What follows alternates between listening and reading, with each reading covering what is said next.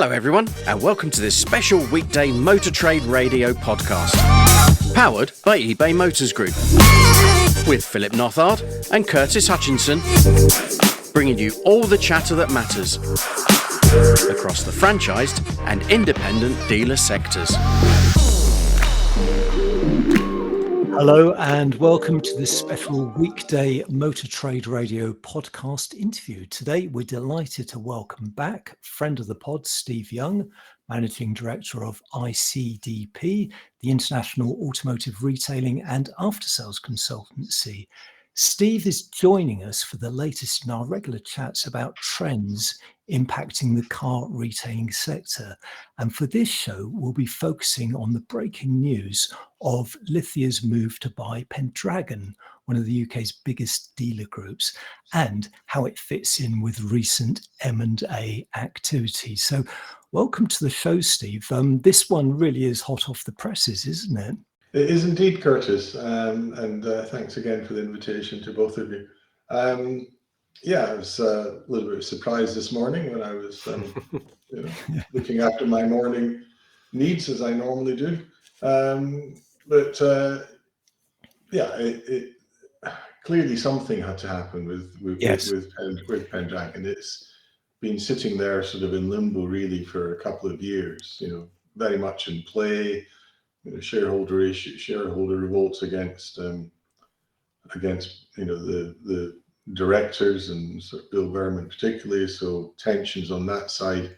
As an employee or as a prospective employee, why would you join? As a brand, why would you sort of stake your future channels on Pendragon? Although obviously one or two have. So it's been a little bit in limbo. So something had to happen. And Lithia, in turn, had to do something to add on to Jardine beyond the little bit they've done with Steve and James. Yeah, it's been brewing for a while, and it is quite a sort of intricate deal, this. So we will pick it apart over the course of the podcast, but it's a fascinating development. There are a lot of people listening saying, hope you will, because we don't know what quite. I say, it's good to have you back on, as always, Steve, and as you say, a very timely moment, because I think we were sort of debating what to have a chat about, and when we talked on Saturday's podcast, what we were going to chat to you about this week. But the news this morning gave us the answer to that fairly swiftly. So what we are talking about is obviously with the news that broke Monday morning, depending on when you're listening to this podcast, that the US dealer group, Lithia Motors, 296 dealerships in the US, is acquiring or attempting to acquire Pendragon's motor and leasing business for the value of 250 million, which equates to 16.5 pence per share. We'll talk about that a little bit later. But this, of course, follows Lithia's 300 million acquisition of Jardine Motors, 42 sites in March of this year. But it does exclude at this minute the Pinewood part of the business, which will be spun into a standalone listed business. I mean, as we say, it's not a done deal yet, and it's quite a complicated deal, and it obviously does require complete shareholders' approval. And I'm sure we'll get into that a little bit more detail, Steve, because there's a certain shareholder that has an influence on this and in the name of Hedin. So, I mean, on the face of it, it is a complicated deal, but what's your take on this, on the back of what you were just saying there about obviously, the tension and what's been going on in previous months? Well, I think the split makes some sense. There's two issues, as I understand it from the outside, about Pendragon that makes it, a slightly challenging acquisition for someone. One relates to the retail business and some property leases that, as I understand it, become increasingly unattractive over time and would cost a chunk of money to renegotiate.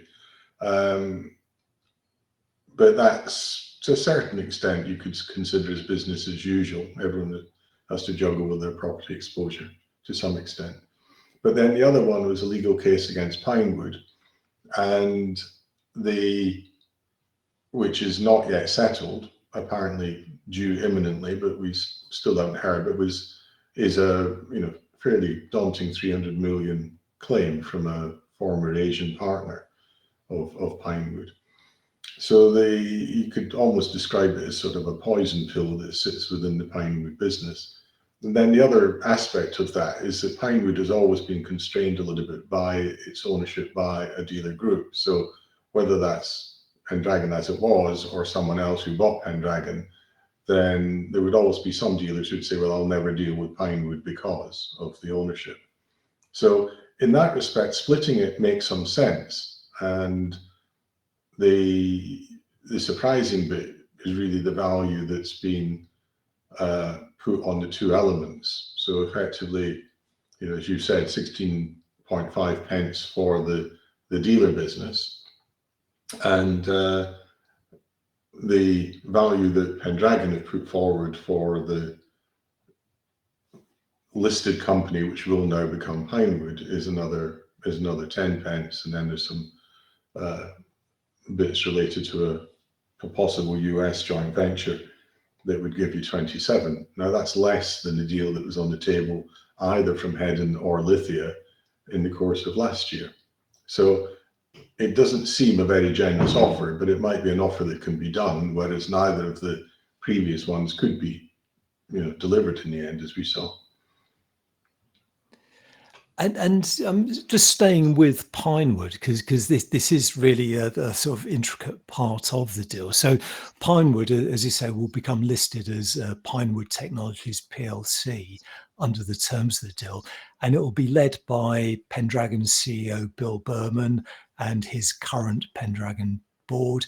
And we've also learnt this morning that Lithia will appoint 2 directors to the board. What do you see as the main benefits for Pinewood operating as a standalone DMS business? I mean, you've already highlighted that dealer groups who wouldn't want to deal with Pendragon, they could come into the fold. But what do you see as being the sort of main benefits? Well, the key one is the fact that they are independently owned or separately listed, so it takes away that concern that you're giving business and revenue and profit to a competing group, and your data is being hosted, by that group or by a party contracted to that group, and you can have all the assurances and guarantees and so on, but you're still going to be left with a slightly residual concern. So the main thing is that independent ownership. I think also as a standalone business, it's possibly going to be able to be more agile than perhaps it would be as part of the group. I don't know what the limitations were on the Pinewood management in terms of what they could decide themselves and what had to be approved by the group. But in the end, you're still going to be drawing on the same resources and still require sort of board approvals for certain decisions and so on.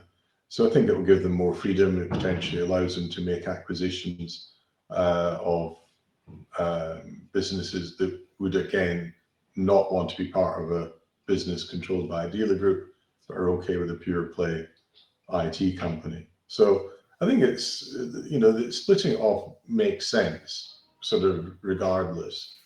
The arguments for a group to own a DMS provider or a DMS provider to feel that they're somewhat safer within a larger group, I don't really think either of those are true.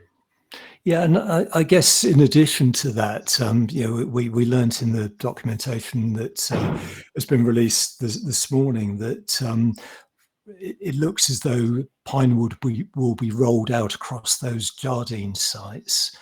So that's actually quite an attractive contract to pick up pretty much on day one, isn't it? No, absolutely. I mean, you'd be getting announcements to the stock exchange about that contract in isolation if the transaction hadn't been happening. And if it also gives a platform to enter into the US through Lithia potentially, but also to other US groups, challenging the sort of dominant providers there, then that's something which just wasn't on the radar screen before for Pinewood. And it's a business that's less, or a geography that's less affected by things like agency, than Europe.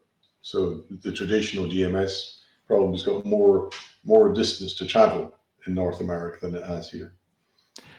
And you make some interesting observations in a blog that you posted this morning about the deal, and how the DMS market has changed in recent years, how it's likely to change with the rollout of agency and omnichannel. So is there room for growth for DMS providers in what is becoming a pretty mature market dominated by big players? I think that's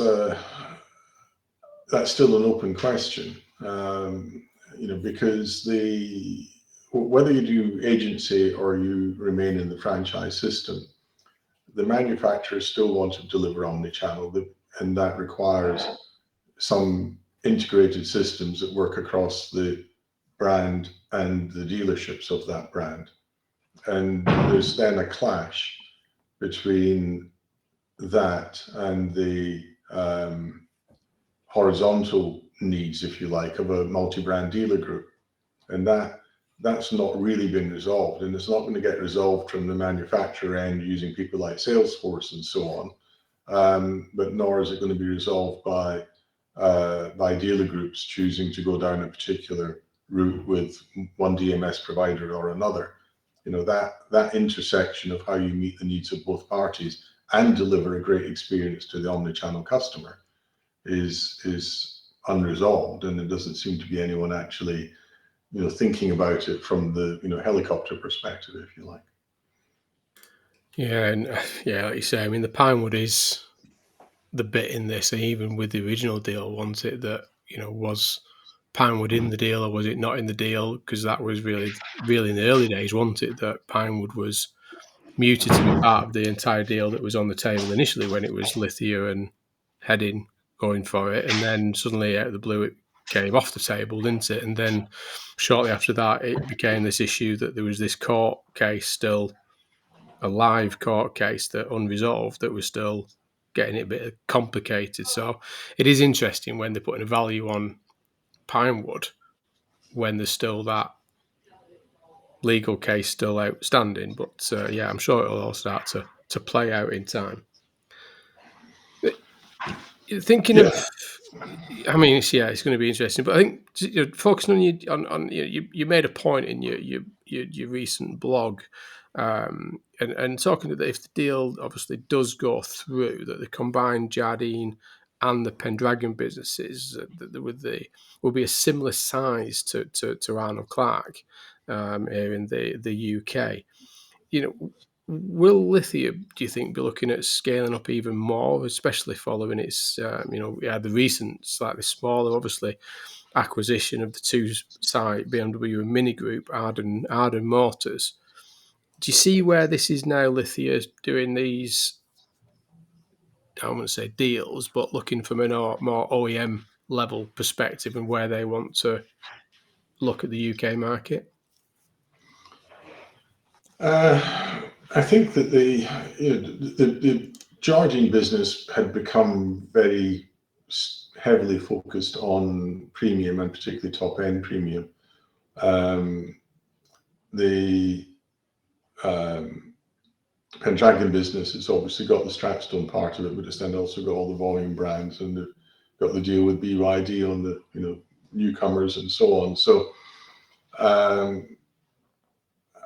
I'm sure there'll be some conversations with some manufacturers about them being too strong, but in general, I think those two will fit together. If you then said they go out and do another significant deal, as opposed to two or three BMW or Mercedes or whichever brand dealerships, then I think that will be I think that would be likely. I don't think they'll do another sort of mega deal. That would really start to cause issues with too many manufacturers, I think. They will be respected as an operator. I think there's other deals where, I think there's a bit more of a question mark. You see all the fallout from Constellation's acquisition of Marshall's, for example. But Lithia is clearly going to be respected as a proper dealer, operator, long-term investor, etc., etc. But it won't stop the manufacturers being slightly nervous if they end up with 20% of the volume going through the new enlarged business. I mean, that's all going to be part of this conversation, isn't it? I think that it'll go through. We've seen what's going through with Lookers at the minute, in terms of that FCA and CMA and everything else that takes place in that relationship. But that'll all play out in this, won't it, in time? It will, and it takes some time. I mean, there's still disposals happening from the Marshall's business, and that deal closed over a year ago. So it does take time for the manufacturers to think about it, line up a potential buyer, and force the deal through. And as we say, Steve, there's obviously a lot to play out in this specific deal, but it does actually follow hot on the heels of two other recent acquisitions by overseas buyers with, as we were just talking about, the Canadian-based Global Auto getting the go-ahead earlier this month to buy Lookers, and the Sweden-based Hedin buying the Stephen James Group last month to add to its Mercedes-Benz portfolio in and around London and the southeast. So do you think Global and Hedin will be looking at more opportunities, especially as Lithia has upped the ante? Well, Global is an interesting one. It's more of a financial investor, if you like, rather than a long-term operator. They've grown very quickly. They've had access to lots of bank funding to do the deals, and I think there'll be some very sort of cautious minds in the national sales companies about the position of Lookers now with Global. I'm not saying that they're going to throw their toys out the pram, but I still think that Global is not a Lithia or a Hedin or what have you, and I think that they would need to. And Lookers obviously is a very substantial business already, so I don't imagine that Global will be looking to add more onto Lookers. I think it's possibly more that they will continue that pattern of making deals in other parts of the world, maybe across the border from Canada and the States or whatever. So I wouldn't see them as driving a lot more acquisition. Hedin clearly will. Hedin, assuming they let this deal go through, then they have built top 10 positions in, I think, 5 different markets now in Europe. So obviously they were a major player in Sweden, but they're also now, the top player in the Netherlands. They're top 10 in Belgium. They're top 10 in some Central European markets, Finland. So they're going to make do some more deals in the UK without question. They've got the Mercedes sites down in the London area. They've got the Stephen James BMW sites. They're clearly well regarded by both Mercedes and BMW if you look at the pattern of acquisitions in other markets. And so they will certainly grow, and they will try to make a significant acquisition, as I said, if they let this one pass through. And obviously they're going to have some money in the bank now looking for a home. So Hedin will definitely be active. Yeah, because as you say, they're a 26% stakeholder, aren't they, in the Pendragon business? So again, that one's got to play out. Are there any other US or European groups, certainly on your radar, that might be looking at entering the UK at the moment? I don't have sort of specific inside information, but obviously we have conversations with groups in Europe, in other parts of the world, and we keep our ears to the ground. And I think there will be other buyers come into the market, without question. I think that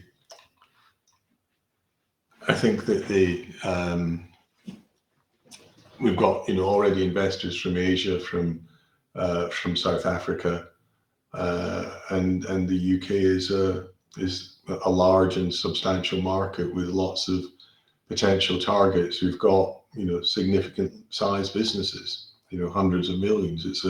You make one transaction and you get local scale immediately, which is the most important thing for an overseas investor.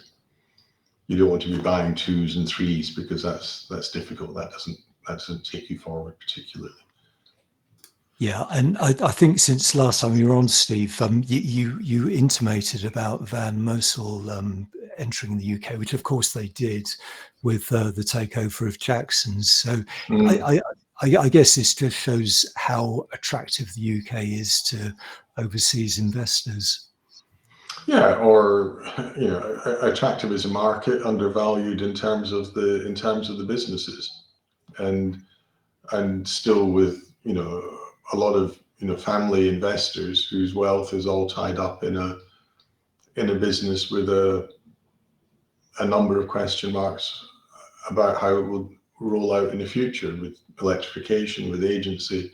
Then how's that all going to play out? If all your family wealth is in the dealer business, then someone comes along and makes you an offer, which is probably a decent premium to what you put into the business over the years, or your father or your grandfather or whatever, then maybe it's the time to check out. An offer you can't refuse. Well, better than a horse's head.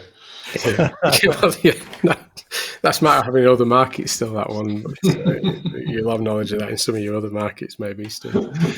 I mean, thinking about one of our last catch-ups, and you mentioned Van Mossel there, and we know the potential that that's an addition that will they just stay with Jackson's? Probably not. Will they be looking at UK? Probably, I would guess.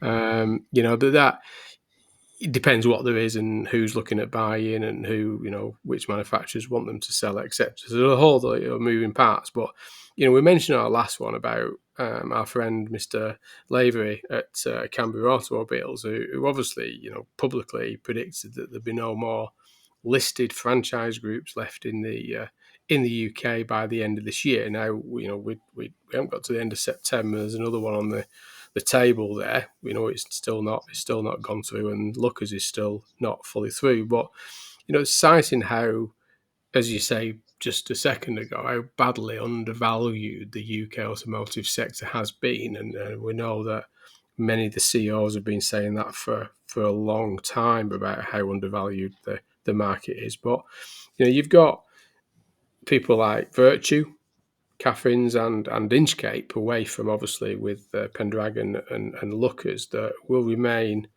a listed PLC business in the UK. I mean, without putting, but do you think there's still more to play out? I mean, there's some interesting businesses there that would be left after Lookers and Pendragon, with Virtue, with the recent acquisition of Helston Group. That's still to play through and still to sort of get into the full year. Catherine's fairly small in comparison, and Inchcape is a fairly complicated business because it is an international global business and very much in distribution as well as franchise retail. How do you see this one starting to play out over the next sort of 12 months now? Well, I think just as a comment on Van Mossel first, if you ask my guess, no inside information, then Van Mossel's next acquisition in the UK will actually be a leasing business. rather than the dealer business, because that's been their pattern. They have the dealer business to That's their support the strength leasing in business. the market. Yeah, and this is the other way around. They've got the dealer business with lots of franchises, but they haven't got leasing business here. So that'd be my guess for Van Mossel. But with the remaining three, then Caffins has got a shareholder structure or share structure, which means that the families have basically still got control. Yes, it's listed, but no one can come along and do a raid on Caffins without the family deciding it's something that they agree to. So I'd put that one to one side. It's actually much more like a privately held business than a listed business. Inchcape, as you touched on, is actually a very substantial business outside of the UK. It's much more importer and retailer on, in multiple markets around the world, and in Australasia, in South America, where they've done some big deals recently, and in Central Europe. It's a very different sort of target to the other dealer groups that we've been talking about. And yeah, I could imagine some names that might come along and buy it, but it's not going to be a traditional dealer business. I think it would be of interest to other distributors who were interested in expanding it. And maybe that will happen, maybe it won't, but it's not really about UK retail now. Which then leaves you with Vertu, which is great business, well managed, innovative, been aggressive themselves in terms of growth through acquisition. But they are listed, and so if someone came along and decided that they were prepared to put the money up, then it has to be vulnerable to that. And there's nothing that really the Robert and the board and the management team can do other than just carry on running the business as best they can, and hope that they either outpace the bidders in terms of affordability, or that in the end they maximize the outcome for the shareholders. Yeah, definitely. I say it's there's probably, I think we discussed it on the last chat that we had with Virtue. I mean, it's complicated in the sort of breakup of the shares, as well into it, and that can probably good and bad in many ways. But again, you never know, do you? That's the thing with this game. You never know what's around the corner. But I mean, it's always interesting, and we're going to obviously try and watch this one play out. And the Lookers one is still playing out. And you pointed earlier on, the Marshalls deal is still playing out in terms of the OEM manufacturer relationship of what they want and how that looks from the Marshalls group. And now, if this deal does go through, or somebody comes in with a counter deal or anything, we just don't know with these things, do we? So it's going to be fascinating. I think Virtue would be the first one of scale that's actually been clean, if you like, because Lookers was coming out of a period where they'd had, issues with FCA and, management changes and so on. Pendragon's had, had issues. Jardine was affected by the ownership by the broader Jardine Matheson group. Marshall's had a big family trust, ownership stake and so on, so there was always something about all of those deals that compromised the attractiveness. Virtue is not. Virtue is clean. Yeah.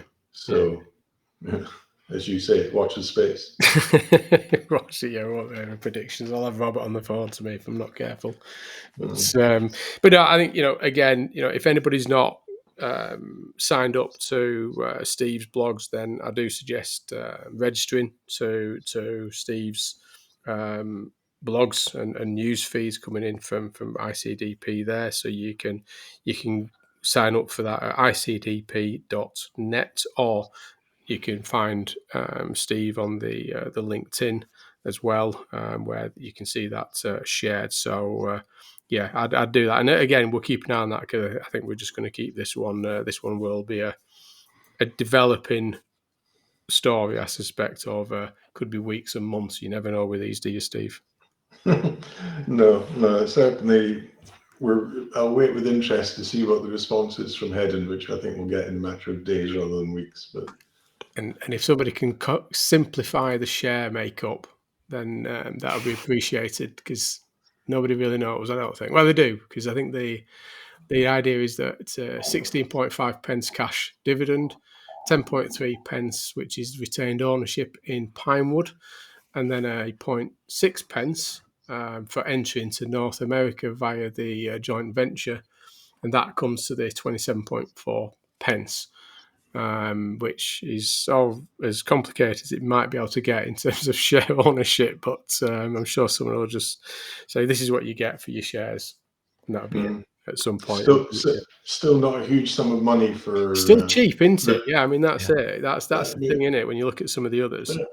Well, I've shaken my piggy bank and I didn't quite have the 350 or 400 million. Yes, but no, it still does feel cheap. Well, it's interesting, isn't it? Because you look at the Lookers deal and what that ended up being at, and it's still not gone through, but at 130, and what the Lookers share value was up until this kind of approach and potential purchase started to happen. So suddenly true value starts to play out a bit, but on the face of it, 27.4 against the previous offer of 33 still looks fairly low in comparison for the size of the group. But again, we're not sure in terms of asset holding and freehold and things like that behind the scenes what you're getting for your money. Yeah, absolutely. Yeah. Interesting times ahead.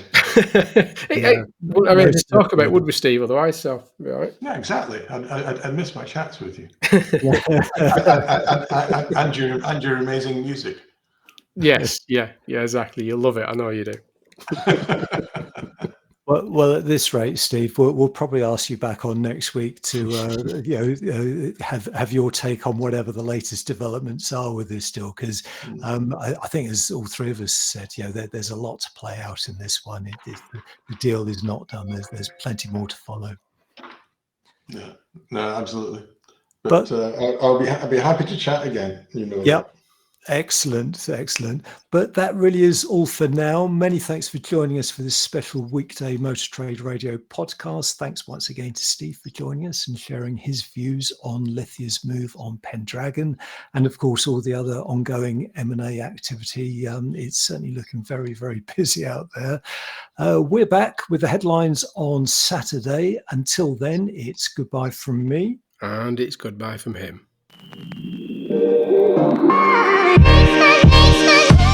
Thank you for listening to this special weekday Motor Trade Radio podcast, powered by eBay Motors Group. Philip and Curtis will be back with the week's big motor retailing headlines on Saturday. Live, on demand, wherever you are, and on your podcast feed. In the meantime, if you'd like to get in touch with Philip and Curtis, come on the show or send a press release, then email them at motortraderadio@yahoo.com. You can also join the Motor Trade Radio, LinkedIn and Facebook groups, or follow the podcast on Twitter. You've been listening to the Motor Trade Radio podcast, bringing you all the chatter that matters.